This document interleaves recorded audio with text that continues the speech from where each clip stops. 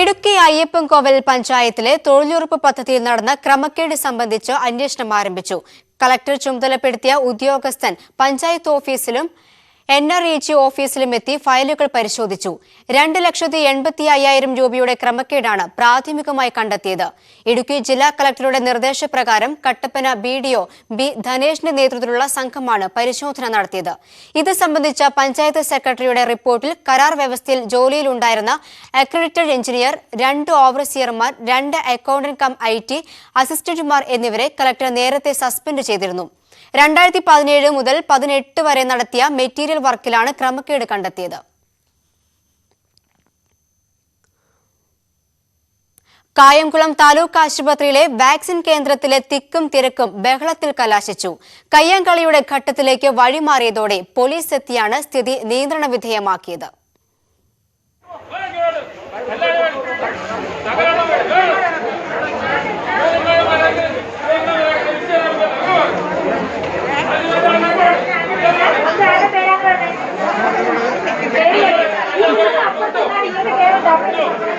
കായംകുളം താലൂക്ക് ആശുപത്രിയിൽ വാക്സിനേഷനായി നിരവധി പേരാണ് എത്തിയത്. വാക്സിൻ നൽകുന്ന ഇടുങ്ങിയ മുറിയിൽ രാവിലെ തന്നെ ആളുകളെ കൊണ്ട് നിറഞ്ഞിരുന്നു. സമയം പിന്നിടും തോറും പുറത്തേക്കുള്ള നിരയും നീണ്ടു. രാവിലെ മുതൽ കാത്തുനിന്നവർ തള്ളിക്കയറാൻ ശ്രമിച്ചതോടെ മാനദണ്ഡങ്ങൾ കാറ്റിൽ പറന്നു. തിരക്ക് നിയന്ത്രിക്കാനുള്ള ഉദ്യോഗസ്ഥ ശ്രമം പരാജയപ്പെട്ടതോടെ നഗരസഭാ ചെയർപേഴ്സൺ P. ശശികല സ്ഥലത്തെത്തി. തിക്കും തിരക്കും വാക്കേറ്റവും രൂക്ഷമായതോടെയാണ് പോലീസിനെ വിളിച്ചു വരുത്തിയത്. പോലീസ് ഏറെ പ്രയാസപ്പെട്ടാണ് പ്രശ്നത്തിന് താൽക്കാലിക പരിഹാരമുണ്ടാക്കിയത്.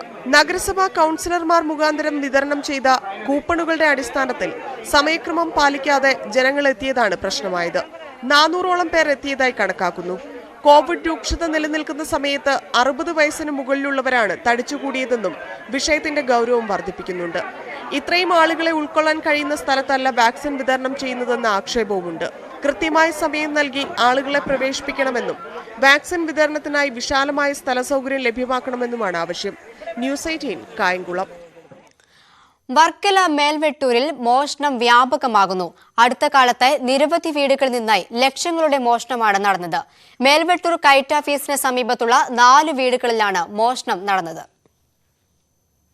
മേൽവെട്ടൂർ സ്വദേശി സുഗുണന്റെ വീട്ടിൽ നിന്ന് 6 പവനും 6,000 രൂപയും നഷ്ടമായി. കൂടാതെ പ്രദേശവാസികളായ ജൈന ശശാങ്കന്റെ വീട്ടിൽ നിന്ന് 23 പവനും 4 വാച്ചും, ഗോപിനാഥന്റെ വീട്ടിൽ നിന്ന് 37,000 രൂപയും 2.5 പവൻ സ്വർണവും ആണ് നഷ്ടമായത്. ഇതിനു പിന്നാലെയാണ് മേൽവെട്ടൂർ സ്വദേശിനി ശ്യാമളയുടെ 1.5 ലക്ഷം രൂപയും 3.5 പവൻ സ്വർണവും നഷ്ടമായത്. ഈ വീടുകളുമായി അടുത്ത ബന്ധമുള്ള ചിലരാണ് മോഷണത്തിന് പിന്നിലെന്നാണ് ആരോപണം. എന്നാൽ ഇത്രയും വീടുകളിൽ മോഷണം നടന്നിട്ടും പ്രതികളെ കണ്ടെത്താൻ പോലീസിന്റെ ഭാഗത്തുനിന്നും നടപടി ഉണ്ടായിട്ടില്ലെന്നും ഇവർ പരാതിപ്പെടുന്നു. ഞാൻ വെക്കം വന്ന് ഈ 2 പേരെയും പൂട്ടി ഈ മേശയുടെ പുറത്താണ് താക്കോൽ വയ്ക്കുന്നത്. അങ്ങനെ ഈ താക്കോൽ എടുക്കാനായിട്ട് ഈ പെര തുറന്നപ്പോൾ ലൈറ്റും കിടക്കുന്ന, അലമാരയും തുറന്ന് കിടക്കുന്നു. അപ്പം ഈ അലമാരയും മേശയും കട്ടിലും കിടക്കുന്നുണ്ട്. അപ്പുറത്തൊരു കൊച്ചു കതവുണ്ട്. അതിലൊരു സാഷായും ഒരു ഏറുതാളുമാണ് ഉള്ളത്. അതവൾ പകുതിയിൽ തുറന്നു വെച്ചിരുന്നു. ഇവൾ ഒരു വീട്ടിൽ നിന്നല്ല, ഇവൾ ഇപ്പം ഈ വീടും കൂടി 4 വീട്ടിൽ നിന്ന് എടുത്തിരിക്കുകയാണ്.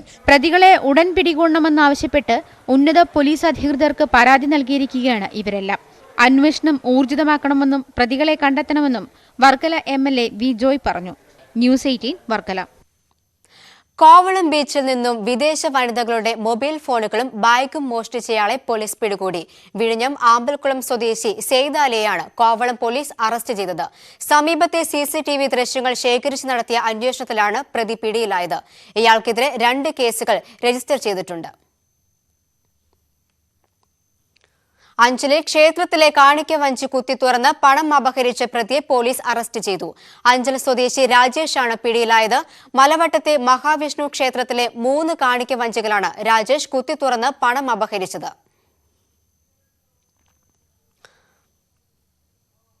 കൊട്ടാരക്കരയിൽ കുടുംബത്തെ വീട്ടിനുള്ളിൽ പൂട്ടിയിട്ട് ഓട്ടോറിക്ഷയും പണവും മൊബൈൽ ഫോണുകളും കവർന്നതായി പരാതി. കൊട്ടാരക്കര നെല്ലിക്കുന്നം സ്വദേശി സുധീന്റെ വീട്ടിലാണ് മോഷണം നടന്നത്. കൊട്ടാരക്കര പോലീസ് സ്ഥലത്തെത്തി അന്വേഷണം തുടങ്ങി. സൈബർ സെല്ലിന്റെ സഹായത്തോടെ അന്വേഷണം നടക്കുന്നതായി പോലീസ് അറിയിച്ചു. തിരുവനന്തപുരം കുളത്തൂരിൽ കോൺഗ്രസ് പ്രവർത്തകനെ മർദ്ദിച്ച കേസിൽ 2 പേർ അറസ്റ്റിൽ. SFI പ്രവർത്തകരാണ് പിടിയിലായത്. കുളത്തൂർ സ്വദേശികളായ ആദർശ് MP, ഷാ RB എന്നിവരെയാണ് തുമ്പ പോലീസ് അറസ്റ്റ് ചെയ്തത്. കഴിഞ്ഞ 14-ാം തീയതി വൈകിട്ട് കുളത്തൂർ ജംഗ്ഷനിൽ നാട്ടുകാർ നോക്കി നിൽക്കുകയായിരുന്നു ആക്രമം. തടിക്കഷ്ണം കൊണ്ടുള്ള ആക്രമണത്തിൽ കാലിനും തലയ്ക്കും പരിക്കേറ്റ കുളത്തൂർ സ്വദേശി രതീഷ് ചികിത്സയിലാണ്. അറസ്റ്റിലായ ആദർശിന്റെ വീട് ആക്രമിച്ച കേസിലെ പ്രതിയായിരുന്നു രതീഷ്. മുൻ വൈരാഗ്യമാണ് ആക്രമണത്തിന് കാരണമെന്ന് തുമ്പ പോലീസ് പറഞ്ഞു. കോവളം വാഴമുട്ടത്ത് പാറവിളയ്ക്ക് സമീപം പാറ വീണ് വീട് തകർന്നു. പാറവിള സ്വദേശി അശോകിന്റെ വീടാണ് തകർന്നത്. ഇന്നലെയായിരുന്നു അപകടം. വീട്ടിലുണ്ടായിരുന്ന അശോകിന്റെ ഭാര്യയ്ക്ക് പാറ തട്ടി തലയിൽ പരിക്കുണ്ടായി. കോവളം പോലീസ് സംഭവസ്ഥലത്ത് എത്തി വീട്ടിലുള്ളവരെ രക്ഷപ്പെടുത്തി ബന്ധുവീട്ടിലേക്ക് മാറ്റി. കോഴിക്കോട് ബേപ്പൂർ ബീച്ചിൽ കളക്ഷോഭത്തിൽ കോടികളുടെ നാശനഷ്ടം. ജങ്കാർ ജെട്ടിയും പുലിമുട്ടുകളും ബീച്ചിന്റെ സൗന്ദര്യവൽക്കരണ നിർമ്മിതികളും തകർന്നു.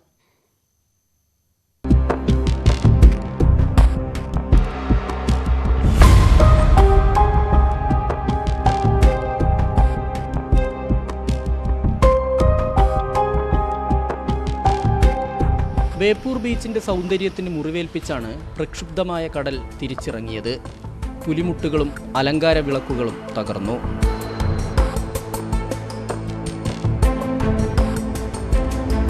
ആറോളം പെട്ടിക്കടകളും കടലെടുത്തു. വേലിയിറക്കത്തോടെ ബേപ്പൂർ തീരം ഇങ്ങനെയായി. നിരവധി വിനോദസഞ്ചാരികൾ വിരുന്നെത്തിയിരുന്ന ഇടമാണ് ബേപ്പൂർ ബീച്ച്. കോടികൾ ചെലവഴിച്ചാണ് സൗന്ദര്യവൽക്കരണം നടത്തിയത്. അപ്രതീക്ഷിത കടൽക്ഷോഭമുണ്ടാക്കിയ നഷ്ടക്കണക്ക് കോടികൾ. ഇപ്പോൾ പെട്ടിക്കട ഉണ്ടായിരുന്ന ഒരു 13ഓളം പെട്ടിക്കടകൾ ഒലിച്ചു പോയി. കാരണം അതൊന്നും പൊന്തിച്ച് വെക്കാനുള്ളൊരു സമയവും സാഹചര്യം ഒന്നും കിട്ടിയില്ല. ഇപ്പോൾ ഈ ലൈറ്റുകളൊക്കെ മൊത്തം എല്ലാ അറ്റം വരെയുള്ള ലൈറ്റുകൾ ഇതെല്ലാം ഇനി പുതിയ മാറ്റി തന്നെ ഫിറ്റ് ചെയ്യേണ്ടി വരും. എന്തായാലും കോടിക്കണക്കിന് ഉറുപ്പിൻ്റെ നഷ്ടമാണ്. ബേപ്പൂർ തുറമുഖത്തോട് ചേർന്നുള്ള ജങ്കാർ ജെട്ടി തകർന്നതോടെ ചാലിയം ബേപ്പൂർ ജങ്കാർ സർവീസും പ്രതിസന്ധിയിലായി. ചെറിയ കല്ലുകൾ കൊണ്ട് നിർമ്മിച്ച കടൽഭിത്തിയും തകർന്ന നിലയിലാണ്. ക്യാമറാമാൻ സ്വരൂപ് നിവേദിക്കൊപ്പം S വിനേഷ് കുമാർ, ന്യൂസ് 18 കോഴിക്കോട്.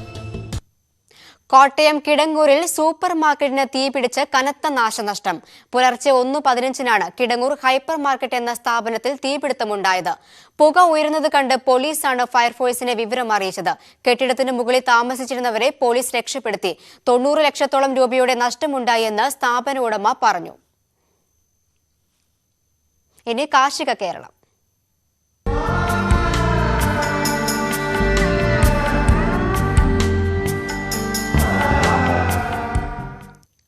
കോഴിക്കോട് മുക്കം മണാശ്ശേരിയിലെ ഹരിത ഗ്രൂപ്പിന്റെ 2ാം ഘട്ട കൃഷിക്ക് തുടക്കമായി. ഇഞ്ചി, മഞ്ഞൾ കൃഷികളുടെ നടീൽ ഉദ്ഘാടനം മുക്കം നഗരസഭാ ചെയർമാൻ PT ബാബു നിർവഹിച്ചു. മണാശ്ശേരി ഹരിത ഗ്രൂപ്പിന്റെ 2ാം ഘട്ട കാർഷിക പ്രവൃത്തികൾക്ക് തുടക്കമായി. മണാശ്ശേരി മേഖലയിലെ 3 റെസിഡൻസ് അസോസിയേഷനുകൾ ഉൾപ്പെടുന്നവരുടെ ഗ്രൂപ്പാണ് ഹരിത. 1.5 ഏക്കർ സ്ഥലത്താണ് മഞ്ഞൾ, ഇഞ്ചി എന്നിവ കൃഷി ചെയ്യുന്നത്. ഇതുകൂടാതെ മറ്റ് കാർഷിക വിളകളായ ചേന, ചേമ്പ്, കപ്പ തുടങ്ങിയവയും കൃഷി ചെയ്തു വരുന്നുണ്ട്. കാർഷിക സ്വാശ്രയ സംഘങ്ങളൊക്കെ തന്നെ ഈ കാർഷിക മേഖലയിൽ ജൈവ കൃഷിയുമായി ബന്ധപ്പെട്ട് ഉള്ള മുന്നോട്ട് വന്നിട്ടുണ്ട്. അവർക്കെല്ലാം ഓരോ വർഷവും കൃഷിഭവന്റെ നേതൃത്വത്തിൽ ഗവൺമെന്റിന്റെ ഫണ്ട് ഗ്രാന്റ് തന്നെ അവർക്ക് കൊടുക്കാറുണ്ട്. നഗരസഭയിൽ ഇത്തരത്തിൽ നിരവധി കാർഷിക ഗ്രൂപ്പുകൾ ജൈവ കൃഷിക്കായി മുന്നോട്ട് വന്നിട്ടുണ്ട്. ഹരിത ഗ്രൂപ്പിന് എല്ലാവിധ പിന്തുണയും നൽകുമെന്ന് നഗരസഭാ ചെയർമാൻ PT ബാബു. വിഷരഹിത ജൈവ പച്ചക്കറികളും അതുപോലെ തന്നെ ജൈവ ഇഞ്ചി തുടങ്ങിയിട്ടുള്ള മുഴുവൻ വിഭവങ്ങളാണ് ഉണ്ടാക്കുന്നത്. ന്യൂസ് 18 മുക്കം. മിൽമ പാലെടുക്കാതെ ആയതോടെ പ്രതിസന്ധിയിലായ ക്ഷീര കർഷകർക്ക് കൈത്താങ്ങായി മലപ്പുറം തേനിപ്പലം പഞ്ചായത്ത്. കർഷകരിൽ നിന്ന് പാൽ നേരിട്ട് വാങ്ങുന്നതിനൊപ്പം കോവിഡ് ബാധിതർക്ക് പാൽ സൗജന്യമായി നൽകുകയാണ് പഞ്ചായത്ത്. കോവിഡ് ലോക്ഡൌണിൽ പാലെടുക്കാൻ മിൽമ എത്താതായതോടെ ക്ഷീര കർഷകർ പ്രതിസന്ധിയിലായ ഘട്ടത്തിലാണ് തേഞ്ഞിപ്പലം പഞ്ചായത്തിന്റെ നടപടി. കർഷകരിൽ നിന്നും പാൽ ഏറ്റെടുക്കുന്നതിനോടൊപ്പം കോവിഡ് രോഗികളുടെ ആരോഗ്യവും ഉറപ്പുവരുത്തുകയാണ് പഞ്ചായത്ത്. കർഷകരിൽ നിന്ന് സംഭരിക്കുന്ന പാൽ കോവിഡ് ബാധിതർക്ക് RRT വളണ്ടിയർമാരുടെ നേതൃത്വത്തിൽ വീടുകളിൽ എത്തിച്ചു നൽകുന്നതാണ് പഞ്ചായത്തിന്റെ കൈത്താങ്ങു പദ്ധതി. പദ്ധതിയുടെ ഉദ്ഘാടനം MLA P Abdul Hameed master നിർവഹിച്ചു. 2 ദിവസമായിട്ട് മിൽമ പാൽ മുഴുവനായിട്ട് എടുക്കാത്ത കാരണം ഏകദേശം 700 ലിറ്ററോളം പാൽ തേനിപ്പലത്ത് മാത്രം ബാക്കി വന്നിരുന്നു. ആ പാൽ മുഴുവനായിട്ടും പഞ്ചായത്ത് ഏറ്റെടുക്കുകയും പഞ്ചായത്ത് കോവിഡ് രോഗികളുടെ വീടുകളിൽ, കോവിഡ് പോസിറ്റീവായ ആളുകളുടെ വീടുകളിൽ ആറാത്തി മുഖാന്തരം സൗജന്യമായി പാലെത്തിക്കുന്ന പദ്ധതി തുറന്നു കൊടുത്തിരിക്കുകയാണ്. അതുകൊണ്ട് ക്ഷീരകർഷകരുടെ പ്രശ്നം പരിപൂർണമായിട്ട് തന്നെ തേഞ്ഞിപ്പലത്ത് ഇല്ലാതായി. തേഞ്ഞിപ്പലത്തെ 3 ക്ഷീരസംഘങ്ങളിൽ നിന്ന് പാല് വിലക്ക് വാങ്ങുന്നതോടെ 300ഓളം കർഷകർക്കാണ് പഞ്ചായത്ത് കൈത്താങ്ങാകുന്നത്. Panchayat president Vijith, standing committee ചെയർമാൻമാർ തുടങ്ങിയവരും ഉദ്ഘാടന ചടങ്ങിൽ പങ്കെടുത്തു. ന്യൂസ് 18 മലപ്പുറം. കൊട്ടാരക്കരയിൽ കോവിഡ് വ്യാപനം രൂക്ഷമാകുന്ന സാഹചര്യത്തിൽ വെട്ടിക്കവല പഞ്ചായത്തിലെ 9 വാർഡുകൾ കണ്ടെയ്ൻമെന്റ് സോണുകളായി പ്രഖ്യാപിച്ചു. അതിവേഗം രോഗം പടർന്നു പിടിക്കുന്ന തലച്ചുറ ഈസ്റ്റ് വാർഡിൽ 74 പേർ ആന്റിജൻ ടെസ്റ്റ് നടത്തിയതിൽ 15 പേർക്കാണ് കോവിഡ് സ്ഥിരീകരിച്ചത്. ഇതുവരെ 56 പേർക്കാണ് രോഗം ബാധിച്ചത്. ഗ്രാമപ്രദേശങ്ങളിൽ രോഗവ്യാപനം രൂക്ഷമാകുന്നതിനാൽ രോഗപ്രതിരോധ പ്രവർത്തനങ്ങളും ഊർജിതമാക്കിയതായി അധികൃതർ അറിയിച്ചു. കാസർഗോഡ് ജില്ലയിൽ കോവിഡിന് പിന്നാലെ ഡെങ്കിപ്പനിയും പടർന്നു പിടിക്കുന്നു. മലയോര മേഖലകളിലാണ് കൂടുതൽ കേസുകൾ റിപ്പോർട്ട് ചെയ്തത്. പ്രതിരോധ പ്രവർത്തനങ്ങൾ ഊർജിതമാക്കിയതായി ആരോഗ്യവകുപ്പ് അറിയിച്ചു. പനത്തടി, ഈസ്റ്റ് എളേരി, വെസ്റ്റ് എളേരി തുടങ്ങിയ പഞ്ചായത്തുകളിലാണ് ഡെങ്കിപ്പനി കൂടുതലായും റിപ്പോർട്ട് ചെയ്തത്. ഈ മാസം ഇതുവരെ 127 പേർക്ക് ഡെങ്കിപ്പനി സ്ഥിരീകരിച്ചു.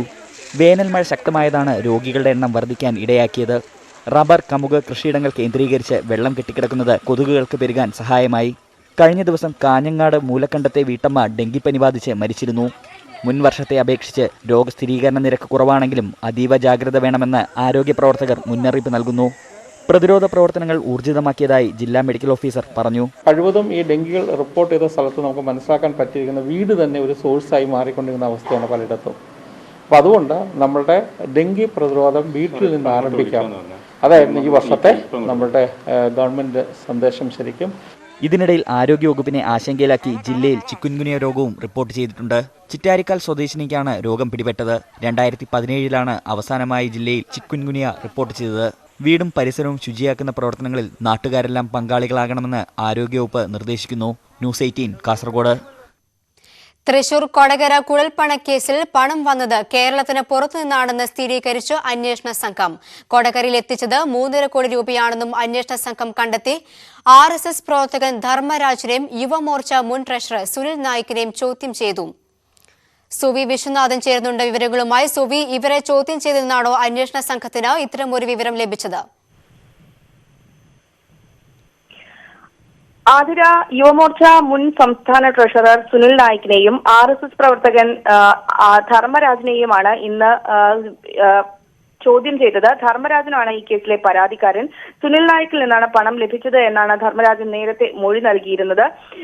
ഇവരെ വീണ്ടും പുതിയ അന്വേഷണ സംഘം ചോദ്യം ചെയ്തപ്പോഴാണ് ഈ നിർണായക വിവരങ്ങൾ അന്വേഷണ സംഘത്തിന് ലഭിച്ചിരിക്കുന്നത്.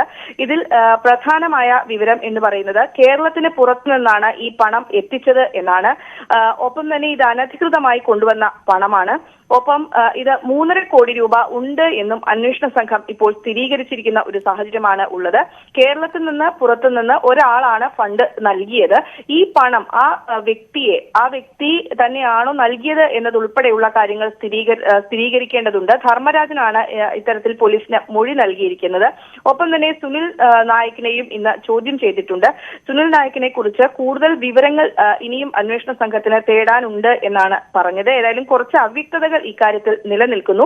ഏതായാലും കേരളത്തിന് പുറത്തുനിന്നാണ് ഈ 3.5 കോടി രൂപ വന്നത് എന്നും ഇത് 3.5 കോടി രൂപ തന്നെ ഉണ്ടായിരുന്നു എന്നും ഇത് അനധികൃതമായി സംസ്ഥാനത്ത് എത്തിച്ചതാണ് എന്ന നിർണായക വിവരങ്ങളാണ് ഇപ്പോൾ അന്വേഷണ സംഘത്തിന് ലഭിച്ചിരിക്കുന്നത്. എന്നാൽ ഇത് രാഷ്ട്രീയ പാർട്ടിയുടേതാണോ എന്ന കാര്യത്തിൽ ഒരു സ്ഥിരീകരണം ഇപ്പോൾ ഉണ്ടായിട്ടില്ല. അതിൽ ഇനിയും വ്യക്തത വരേണ്ടതുണ്ട് എന്നാണ് അന്വേഷണ സംഘത്തിൽ നിന്ന് നമുക്ക് അറിയാൻ സാധിക്കുന്നത്. കേസിൽ കൂടുതൽ വിവരങ്ങൾ പുറത്തുവരുന്നു. വിവരങ്ങളാണ് സുവി വിശ്വനാഥൻ നൽകിയത്.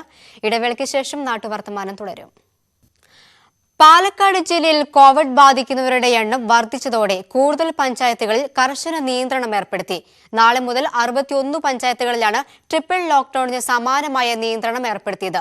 ഇതിനു പുറമെ ജില്ലയിൽ ബ്ലാക്ക് ഫംഗസ് രോഗം കൂടി റിപ്പോർട്ട് ചെയ്തത് ആശങ്ക വർദ്ധിപ്പിച്ചു. കഴിഞ്ഞ ദിവസം ടെസ്റ്റ് പോസിറ്റിവിറ്റി നിരക്ക് 40% കൂടുതലുള്ള 31 പഞ്ചായത്തുകളിൽ കടുത്ത നിയന്ത്രണം ഏർപ്പെടുത്തിയതിന് പിന്നാലെയാണ് ഇന്നു മുതൽ 28 പഞ്ചായത്തുകളും ചെർപ്പളശ്ശേരി, ചിറ്റൂർ, തത്തമംഗലം നഗരസഭകൾ കൂടി അടച്ചിടാൻ ജില്ലാ കലക്ടർ ഉത്തരവിട്ടത്. ഇതോടെ ജില്ലയിലെ 7 നഗരസഭകളിൽ 4 എണ്ണവും 88 പഞ്ചായത്തുകളിൽ 57 എണ്ണവും പൂർണ്ണമായും അടച്ചിടും. ഈ മേഖലകളിലേക്ക് പ്രവേശിക്കാനും പുറത്തു കടക്കാനും ഓരോ വഴികൾ മാത്രമേ ഉണ്ടാകൂവെന്ന് അധികൃതർ പറഞ്ഞു. അവശ്യ സാധനങ്ങൾ വിൽക്കുന്ന കടകൾ രാവിലെ 7 മുതൽ ഉച്ചയ്ക്ക് 2 മണി വരെ മാത്രമേ തുറന്നു പ്രവർത്തിക്കൂ. കോവിഡ് വ്യാപനം കൂടിയതോടെ അട്ടപ്പാടിയിലെ 2 പഞ്ചായത്തുകൾ പൂർണ്ണമായും അടച്ചിടും. ആദിവാസി ഊരുകളിലും കടുത്ത നിയന്ത്രണം ഏർപ്പെടുത്തിയിട്ടുണ്ട്. ഇതിനു പുറമെ ജില്ലയിൽ ബ്ലാക്ക് ഫംഗസ് രോഗം സ്ഥിരീകരിച്ചത് ആശങ്ക വർദ്ധിപ്പിച്ചു. ന്യൂസ് 18 പാലക്കാട്. കോവിഡ് പടരുന്നതിൽ ആശങ്കയിലാണ് ഇടുക്കിയിലെ തോട്ടം മേഖല. മിക്ക മേഖലകളിലും 30-ന് മുകളിലാണ് ടെസ്റ്റ് പോസിറ്റിവിറ്റി നിരക്ക്. ഇടുങ്ങിയ താമസ സൗകര്യങ്ങളാണ് കോവിഡ് നിരക്ക് വർദ്ധിക്കാൻ ഇടയാക്കിയത് എന്നാണ് അനുമാനം. ബൈസൺ വാലി 79, രാജാക്കാട് 40, ഉടുമ്പൻചോല 33, വണ്ടിപ്പെരിയാർ 39 എന്നിങ്ങനെയാണ് പ്രധാന തോട്ടം മേഖലകളിലെ ടെസ്റ്റ് പോസിറ്റിവിറ്റി നിരക്ക്. മൂന്നാറിലും പാമ്പാടും പാറയിലും പള്ളിവാസലിലും ചക്കുപള്ളത്തും കേസുകൾ കൂടി വരികയാണ്. തോട്ടം മേഖലയിലെ ജീവിത സാഹചര്യങ്ങളാണ് രോഗവ്യാപനം കൂടാൻ കാരണമെന്നാണ് നിഗമനം. ഒറ്റമുറി ലയത്തിൽ 5ഉം 10ഉം പേർ താമസിക്കുന്ന സാഹചര്യമാണുള്ളത്. ഒരാൾക്ക് രോഗം വന്നാൽ എല്ലാവരിലേക്കും വ്യാപിക്കും. രോഗലക്ഷണമുണ്ടായാൽ മാറി താമസിക്കാനും സൗകര്യങ്ങളില്ല. പരിശോധനയും വാക്സിനേഷനും കൂട്ടി രോഗവ്യാപനം പിടിച്ചു നിർത്താനാണ് ആരോഗ്യവകുപ്പിന്റെ ശ്രമം. TPR കൂടുന്ന സ്ഥലത്ത് നമ്മൾ കൂടുതൽ ജാഗ്രതയോടെ തന്നെ കൂടുതൽ ടെസ്റ്റ് കൂട്ടുന്ന ഒരു സമ്പ്രദായമാണ് കഴിഞ്ഞ പ്രാവശ്യം ചെയ്യുന്നത്. അതുമാണ് ആ രീതിയിൽ തന്നെയാണ് മുന്നോട്ട് പോകേണ്ടത്. ലോക്ഡൌൺ നിർദ്ദേശം ലംഘിച്ച് ചില തോട്ടങ്ങളിൽ പണിയെടുപ്പിച്ചതും രോഗികളുടെ എണ്ണം കൂടാനിടയാക്കി. നിർദ്ദേശങ്ങൾ ലംഘിച്ച തോട്ടങ്ങൾക്കെതിരെ കർശന നടപടിയെടുക്കാനാണ് ജില്ലാ കലക്ടറുടെ നിർദ്ദേശം. ന്യൂസ് 18 ഇടുക്കി. കാസർഗോഡ് ജില്ലയിൽ ഓക്സിജൻ സിലിണ്ടർ ക്ഷാമം പരിഹരിക്കാൻ ആസൂത്രണം ചെയ്ത സിലിണ്ടർ ചാലഞ്ച് വിജയത്തിലേക്ക്. ഇതിനോടകം 258 സിലിണ്ടറുകളാണ് ചാലഞ്ചിലൂടെ ലഭിച്ചത്. സാമ്പത്തിക സഹായം എത്തിക്കാൻ അക്കൗണ്ടും ഇതിനകം ആരംഭിച്ചിട്ടുണ്ട്. മംഗളൂരുവിൽ നിന്നുള്ള ഓക്സിജൻ വിതരണം ദക്ഷിണ കർണാടക തടഞ്ഞതിനെ തുടർന്നാണ് ഓക്സിജൻ ക്ഷാമം പരിഹരിക്കാൻ സിലിണ്ടർ ചലഞ്ച് സംഘടിപ്പിച്ചത്. ഇതുവരെ 258 ഓക്സിജൻ സിലിണ്ടറുകൾ ലഭിച്ചു. വിദേശ മലയാളികൾ ഉൾപ്പെടെയുള്ളവർ സിലിണ്ടർ ചലഞ്ചുമായി സഹകരിക്കുന്നുണ്ട്. ബഹ്റൈൻ കേരള സമാജം 60 സിലിണ്ടറുകളും ഓക്സിമീറ്ററുകളും എത്തിച്ചു. ചാലഞ്ചിലേക്ക് ജനാർദ്ദന ഹോസ്പിറ്റൽ 15 സിലിണ്ടറുകൾ ജില്ലാ പഞ്ചായത്ത് പ്രസിഡന്റ് ബേബി ബാലകൃഷ്ണന് കൈമാറി. ഇനിയും നിരവധി സംഘടനകളും വ്യക്തികളും ചലഞ്ചിൽ പങ്കാളികളാകാമെന്ന് തദ്ദേശ സ്ഥാപനങ്ങളെ അറിയിച്ചു. ഇപ്പോൾ ഏകദേശം 270ഓളം സിലിണ്ടറുകൾ നമുക്ക് ഇതിന്റെ ഭാഗമായി നേടിയെടുക്കാൻ വേണ്ടി കഴിഞ്ഞു. നമ്മുടെ ജില്ലയിലെ ഓട്ടോമൊബൈൽ വർക്കേഴ്സ് അസോസിയേഷനും അവർ തന്നെ ഒരു 140ഓളം സിലിണ്ടറുകൾ ലഭ്യമാക്കുകയുണ്ടായി. നല്ല രീതിയിൽ തന്നെ നമ്മൾ ഉദ്ദേശിച്ച ഒരു നിലയിലേക്ക് തന്നെ ഇതിന്റെ ഫലം കാണുന്നുണ്ട്. വ്യവസായ ആവശ്യത്തിനായി ഉപയോഗിച്ച സിലിണ്ടറുകൾ വൃത്തിയാക്കി ഓക്സിജൻ നിറച്ച് ആശുപത്രികളിൽ എത്തിക്കുകയാണ് ചെയ്യുന്നത്. ഓക്സിജൻ ചലഞ്ചിലേക്ക് സാമ്പത്തിക സഹായം എത്തിക്കാൻ അക്കൗണ്ടും തുറന്നിട്ടുണ്ട്. ന്യൂസ് 18 കാസർഗോഡ്. മൂന്നാറിലെ ശിക്ഷക് സദനിലുള്ള ഡൊമിസിലറി കെയർ സെന്ററിൽ ഓക്സിജൻ വാർഡ് സജ്ജമായി. അവസാനവട്ട പരിശോധനകൾ പൂർത്തിയായി. കോവിഡ് പശ്ചാത്തലത്തിൽ മൂന്നാറിലെ പ്രതിരോധ പ്രവർത്തനങ്ങൾ ഊർജിതമാണ്. അടിയന്തര സാഹചര്യം നേരിടാനുള്ള ക്രമീകരണങ്ങളാണ് നടന്നുവരുന്നത്. ഇതിന്റെ ഭാഗമായി പഴയ മൂന്നാറിലെ ശിക്ഷാസദനിലുള്ള ഡൊമിസിലറി കെയർ സെന്ററിൽ 20 കിടക്കകളുള്ള ഓക്സിജൻ പാർലർ സജ്ജമാക്കി. ടാറ്റ ജനറൽ ആശുപത്രിയുടെ സഹകരണത്തോടെയാണ് പ്രവർത്തനം. മൂന്നാർ പഞ്ചായത്തിന്റെ തനതു ഫണ്ടിൽ നിന്നും 1.5 ലക്ഷം രൂപ ചെലവഴിച്ചാണ് ഓക്സിജൻ പാർലർ തയ്യാറാക്കിയത്. ടാറ്റ ജനറൽ ആശുപത്രി chief medical director doctor David John ചെല്ലി, ഡോക്ടർ സജി എന്നിവരുടെ നേതൃത്വത്തിലായിരുന്നു ക്രമീകരണങ്ങൾ. കൂടാതെ മൂന്നാർ ജനറൽ ആശുപത്രിയിൽ 40 പേർക്ക് നൽകാവുന്ന വിധത്തിലുള്ള ഓക്സിജൻ വാർഡുകളും സജ്ജീകരിച്ചിട്ടുണ്ട്. നിലവിൽ ഓക്സിജൻ സിലിണ്ടേഴ്സ് DH ആദ്യഘട്ടത്തിൽ നൽകാമെന്ന് തീരുമാനിച്ചിട്ടുണ്ട്. അതോടൊപ്പം തന്നെ ഡോക്ടേഴ്സിന്റെയും പാരാമെഡിക്കൽ സ്റ്റാഫ്, നഴ്സിംഗ് സ്റ്റാഫ് ഉൾപ്പെടെയുള്ള സംവിധാനങ്ങൾ ടാറ്റ ഹൈറേഞ്ച് ഹോസ്പിറ്റലാണ് ഒരുക്കുന്നത്. ഈ കാറ്റഗറിയുള്ള പേഷ്യൻസ് അത് നമ്മൾ ഇച്ചിരി നേരത്തെ നമുക്ക് കണ്ടുപിടിച്ചിട്ടുണ്ടെങ്കിൽ നമുക്കത് ട്രീറ്റ്മെന്റ് ചെയ്യാൻ എളുപ്പം. ചിലപ്പോൾ ചിലത് നമുക്ക് രക്ഷിക്കാൻ പറ്റുന്നതായിരിക്കാം. സോ അത് ഒരു ഉദ്ദേശം വെച്ചിട്ടാണ് ഈ പാർലർ തുടങ്ങിയത് തന്നെ. അത്യാസന്ന നിലയിലുള്ള രോഗികളെ ആശുപത്രിയിലും ഗുരുതരാവസ്ഥയിലല്ലാത്ത രോഗികളെ കെയർ സെന്ററിലും ചികിത്സിക്കും. ന്യൂസ് 18 മൂന്നാർ. കോവിഡ് ബാധിച്ച് വീടുകളിൽ കഴിയുന്നവർക്ക് ഭക്ഷണം എത്തിക്കുകയാണ് ആലുവയിലെ എക്സൈസ് ഉദ്യോഗസ്ഥർ. 500ഓളം പേർക്കാണ് ഭക്ഷണം തയ്യാറാക്കി നൽകുന്നത്. എടത്തല കോളനിപ്പടിയിൽ സാമൂഹ്യ അടുക്കള സ്ഥാപിച്ചാണ് പ്രവർത്തനം. ലഹരിവേട്ടയ്ക്കൊപ്പം രോഗബാധിതർക്ക് 3 നേരം ഭക്ഷണം എത്തിച്ചു നൽകാനും ഇവർ സമയം കണ്ടെത്തുന്നു. ഭക്ഷണം പാചകം ചെയ്യുന്നതിനായി Yuvadhara palliative care, Gandhinagar residence association എന്നിവരുടെ സഹകരണവുമുണ്ട്. ആലുവയിലെ വിവിധ ഭാഗങ്ങളിലായി 500ഓളം കുടുംബങ്ങൾക്കാണ് ഭക്ഷണം എത്തിച്ചു നൽകുന്നത്. കോവിഡ് പേഷ്യൻസിന് ഭക്ഷണം എത്തിക്കുന്ന ഒരു പ്രവൃത്തി ഇന്ന് Aluva ജീവധാര palliative കെയറിൻ്റെയും GNR residence അസോസിയേഷൻ്റെയും excise വകുപ്പിൻ്റെയും ആഭിമുഖ്യത്തിൽ ഇന്ന് പ്രവർത്തനം ആരംഭിച്ചിരിക്കുകയാണ്. ഇടയ്ക്കിടെ എക്സൈസ് ഉദ്യോഗസ്ഥരും സാമൂഹ്യ അടുക്കളയിലെത്തി പാചകത്തിന് സഹായികളാകുന്നു. കോവിഡ് പ്രതിസന്ധി അടങ്ങും വരെ ഭക്ഷണ വിതരണം തുടരാനാണ് തീരുമാനം. സാമൂഹ്യ അടുക്കളയുടെയും ഭക്ഷണ വിതരണത്തിന്റെയും ഉദ്ഘാടനം excise circle inspector G. Krishnakumar നിർവഹിച്ചു. ന്യൂസ് 18 ആലുവ. വിദ്യാർത്ഥിയെ പാറക്കുളത്തിൽ മരിച്ച നിലയിൽ കണ്ടെത്തി. തൃക്കണ്ണമംഗൽ SKV ഹയർ സെക്കൻഡറി സ്കൂളിലെ 8ാം ക്ലാസ് വിദ്യാർത്ഥി സുധീഷാണ് മരിച്ചത്. കഴിഞ്ഞ ദിവസം രാത്രിയിലാണ് സുധീഷിനെ കാണാതായത്. തുടർന്ന് നടത്തിയ തെരച്ചിലിൽ ഫയർഫോഴ്സിന്റെ സഹായത്തിലാണ് സമീപത്തെ പാറക്കുളത്തിൽ നിന്നും മൃതദേഹം കണ്ടെത്തിയത്. വിലങ്ങറ സ്വദേശികളായ സുരേഷ് കുമാറിന്റെയും മഞ്ജുവിന്റെയും മകനാണ് സുധീഷ്. നാട്ടുവർത്തമാനം പൂർണ്ണമാവുകയാണ്. കൂടുതൽ വാർത്തകൾക്കും വിശദാംശങ്ങൾക്കും മലയാളം.news18.com. നമസ്കാരം.